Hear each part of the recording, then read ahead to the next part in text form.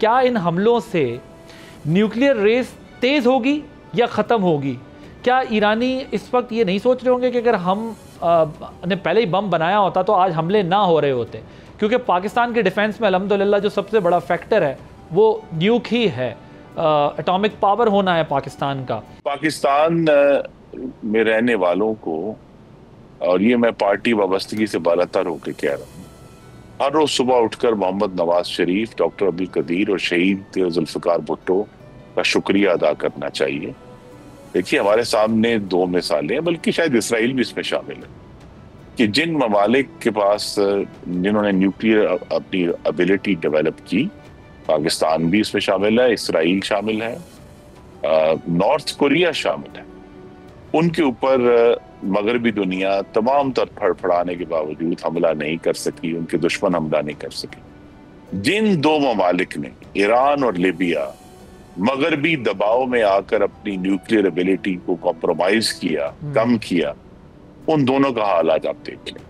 तो अब तो जो मैं फिर कहूंगा कि जो मंतक है इंटरनेशनल रिलेशंस की, वो यही कहती है कि पूरी दुनिया में एक रेस लगेगी एटमी ताकत बनने के लिए। ये जो नॉन प्रोलिफरेशन का एक ड्रम बजाया करता था अमेरिका और मगरब, वो बंद हो गया है, वो खत्म हो गया है। बिकॉज हर मुल्क जो है जिसके पास जरा सी भी कोई मुआशी ताकत है या एबिलिटी है, वो ये अपना जौहरी डिटरेंट हासिल करेगा ताकि कम से कम उसके ऊपर कोई हमला ना कर सके। तो नॉर्थ कोरिया हमारे सामने है, इसराइल हमारे सामने है, पाकिस्तान हमारे सामने है, हमें उससे भी सबक सीखना है।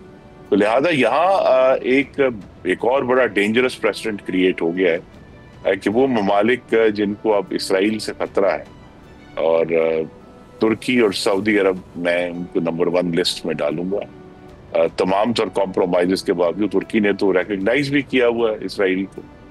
लेकिन अब जो हम सिचुएशन देख रहे हैं और इसराइल का जो एक्सपेंशनिस्ट एजेंडा है, कि आप देखिए बैक वक्त इसराइल जो है वो गजा में, वेस्ट बैंक में, लबनान में, कुछ हद तक यमन में, और अब ईरान में बरसरे पैकार। तो एक एक्सपेंशनिस्ट पावर जो है, दिलचस्प बात यह है कि जिस मुल्क के पास न्यूक्लियर हथियार नहीं थे, ईरान, उसके ऊपर जो है दो जौहरी ताकतें जो है मिलकर हमलावर हो गई हैं कि हमने तुम्हें जो है वो नहीं बनाने देना। और ये बात वाज़ेह है कि जो न्यूक्लियर कैपेबिलिटी है, अगर इनका मकसद ये था कि ईरान जौहरी ताकत हासिल ना करे, तो अब तो वो उसमें बिल्कुल नाकाम है, क्योंकि अब सिर्फ ईरान नहीं और बहुत से ममालिक जो है वो जौहरी ताकत हासिल करने की दौड़ में परसों से ही शुरू हो गए। सब्सक्राइब करें और बेल दबाएं ताकि कोई खबर रह न जाए।